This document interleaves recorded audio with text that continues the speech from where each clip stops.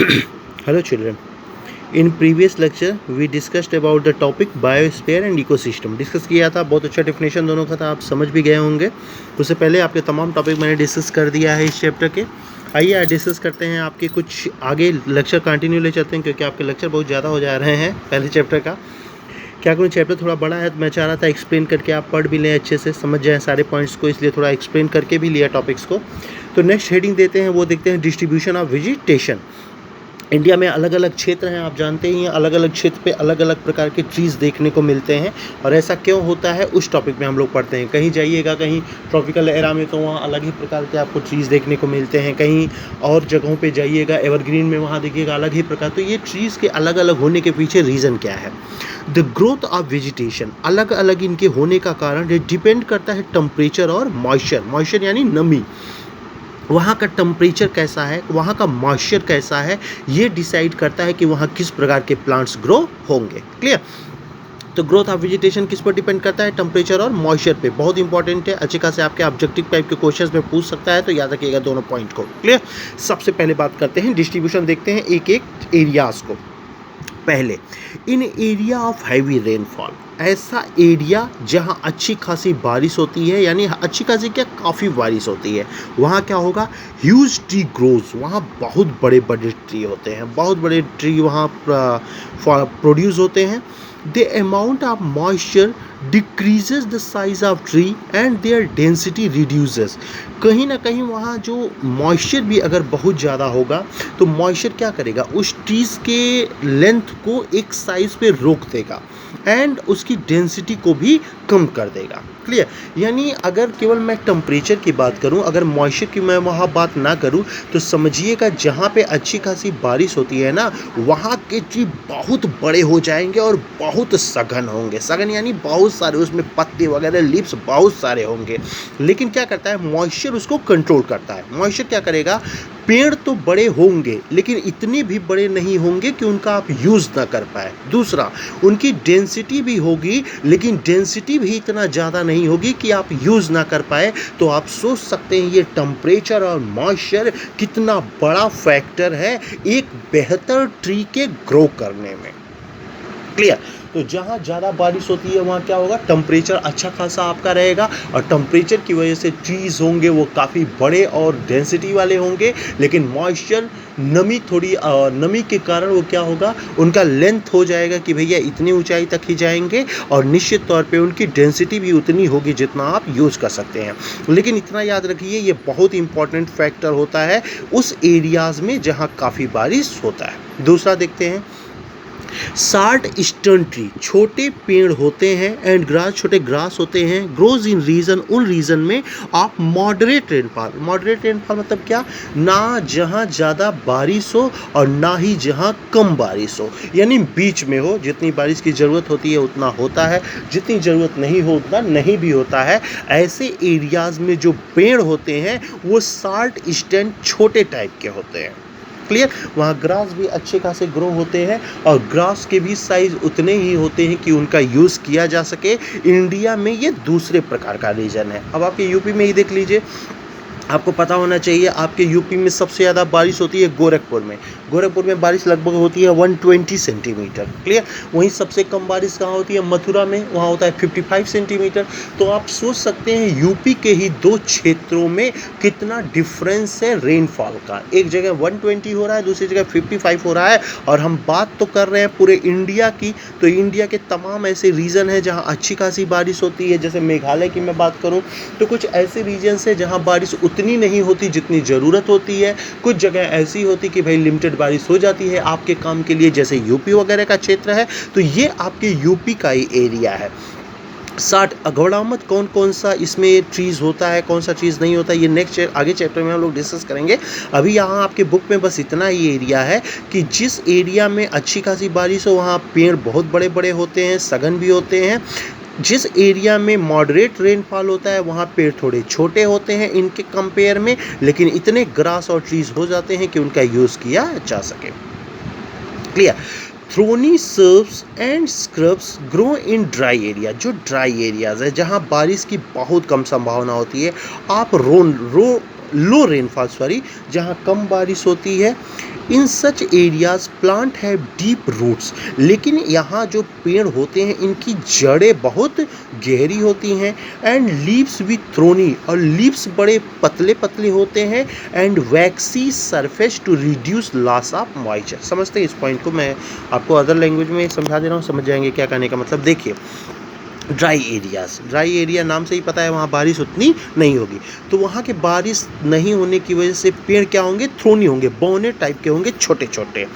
इनके पत्ते बड़े पतले पतले होते हैं, कांटा नहीं होता, वो पतला होता है। पतला क्यों होता है? क्योंकि वो जानबूझ के वो पत्ते, उसके लीव्स पतले होते हैं, क्योंकि कम से कम वो जितना भी मॉइस्चर पा जाए या जितना भी रेन फॉल पा जाए, जितना भी रेंस पा जाए, वाटर पा जाए, कम से कम वो इवोपरेट ना हो पाए, उड़ ना पाए, बल्कि उन वाटर का आप यूज़ कर सके अपने पत्तियों के लिए। इसीलिए उनकी पत्तियां बहुत पतली होती हैं।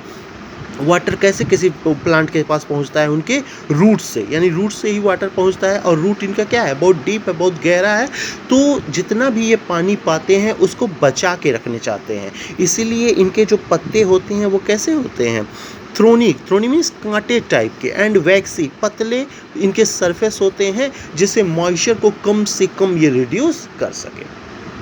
क्लियर? तो आपने देखा कुछ जगह जहाँ बहुत ज़्यादा बारिश होती है वहाँ ट्रीज़ बहुत बड़े होते हैं और बहुत सघन भी होते हैं। बारिश जहाँ मॉडरेट रेनफॉल होता है वहाँ के ब्रिज छोटे होते हैं उनके कंपेयर में, वहाँ अच्छे खासे ग्रास भी होते हैं, यानी ग्रीन ग्रास लैंड बनता है अच्छा खासा वो एरिया। कुछ ऐसा एरिया है जहाँ बारिश ही नहीं होता, ड्राई एरियाज, तो वहाँ जो होते हैं वो कांटेदार पत्ते होते हैं, यानी छोटे छोटे बौने टाइप के पत्ते होते हैं, बौने टाइप के ट्रीज़ होते हैं। लास्ट जो पार्ट है वो होता है tundra vegetation. Tundra vegetation cold polar region comprises of mosses and lichens. Clear?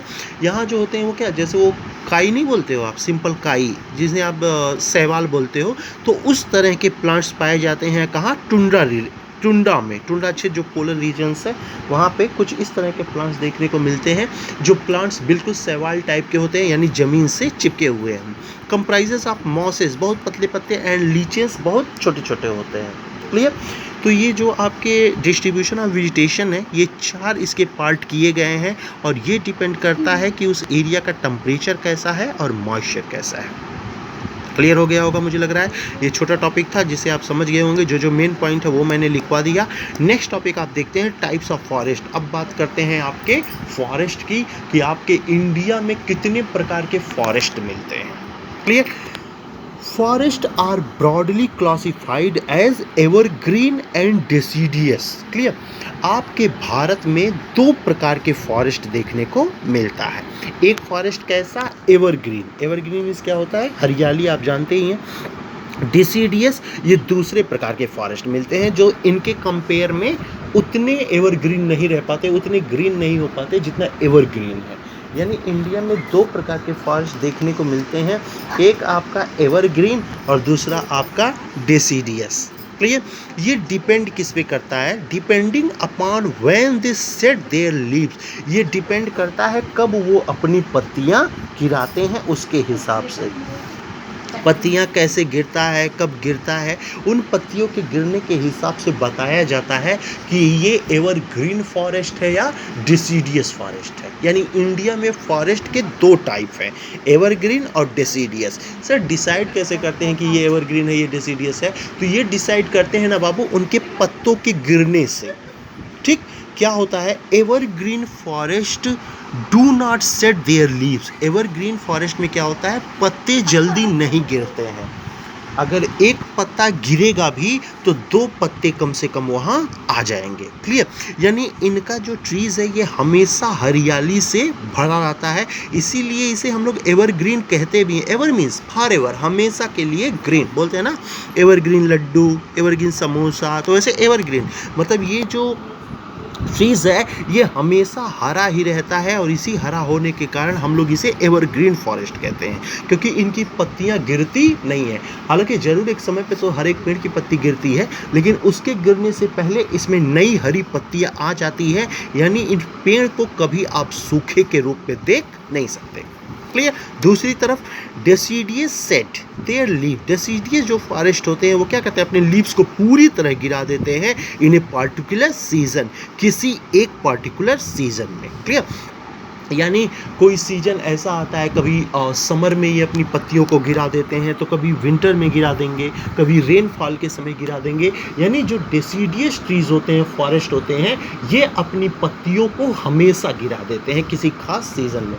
तो आप देखते होंगे, कभी टूर वूर पे जाते होंगे तो रोड पे देखते भी होंगे, कई सारे ऐसे पेड़ होते हैं जो अपनी पत्तियों को गिराए रखते, एकदम सूखे की तरह खड़े रहते हैं, लकड़ी लकड़ी बस होता है। तो उस ट्रीज को हम डेसीडियस कहेंगे। जिस पेड़ को आप देखेंगे हमेशा उसमें ग्रीन, जैसे अब आपका मैंगो ही ले लो, मैंगो वाली ट्री देखो हमेशा, ये अभी आम का सीज़न ख़त्म हुआ, अब देखो नए नए पत्ते फिर से आने लगते हैं मैंगो ट्रीज़ में। तो ऐसे फॉरेस्ट को एवर ग्रीन ट्रीज़ कहते हैं। और जहाँ पत्तियाँ गिर जाए एकदम लकड़ी जैसे वो दिखने लगे, स्ट्रक्चर बिल्कुल कंकाल टाइप का, तो उसको हम लोग बोलते हैं deciduous forest. Clear. In a particular season two conserve loss of moisture through transpiration, वो इसलिए अपनी पत्तियों को गिरा देते हैं क्योंकि वो मॉइस्चर के लॉस को कंजर्व करते हैं, यानी मॉइस्चर को बचाते हैं। जब ज़रूरत पड़ेगी तो वो फिर से नए लीव्स को प्रोड्यूस करेंगे और उस ट्रीज़ का यूज़ किया जा सकेगा। ठीक है, मतलब वो ट्रीज़ अपने लिए यूज़ किए जा सकेंगे। जैसे आप जानते ही हैं वो क्या करता है, कार्बन डाइऑक्साइड एब्जॉर्ब करता है और ऑक्सीजन को रिलीज़ करता है। तो वो उसके लिए बेहतर होता है कि वो मॉइस्चर को अपने बचाए और जब उसकी ज़रूरत हो तब उसका वो यूज़ कर सके। ठीक है। आज आपका लेक्चर मैं यही ले रहा हूँ क्योंकि YouTube पे थोड़ा प्रॉब्लम चल रहा है, जो लॉन्ग वीडियो होते हैं वो अपलोड नहीं हो पा रहा है, तो इस वजह से आपका 60 ही वीडियो ले रहा हूँ। नेक्स्ट टाइम पे आपका लेक्चर मैं फिनिश कर दूंगा क्योंकि ज़्यादा टॉपिक अब बचे नहीं हुए हैं, बहुत कम टॉपिक बचे हैं। नेक्स्ट टाइम पे हम लोग बर्ड्स एनिमल्स वगैरह देख लेंगे कि इन फॉरेस्ट में किस प्रकार के वो देखने को मिलते हैं। तो आज आपने 2 ही टॉपिक पढ़ा, एक पढ़ा आप डिस्ट्रीब्यूशन ऑफ वेजिटेशन, किस प्रकार वेजिटेशन को डिवाइड किया गया है। सेकंड टॉपिक पढ़ा आपने टाइप्स ऑफ फॉरेस्ट, जो पूरी तरह कंप्लीट नहीं हो पाया। अभी एक पॉइंट और है वो मैं डिस्कस कर दूंगा और साथ ही आपका डिस्कस करूंगा नेक्स्ट बर्ड्स और एनिमल्स के बारे में। Okay, thank you.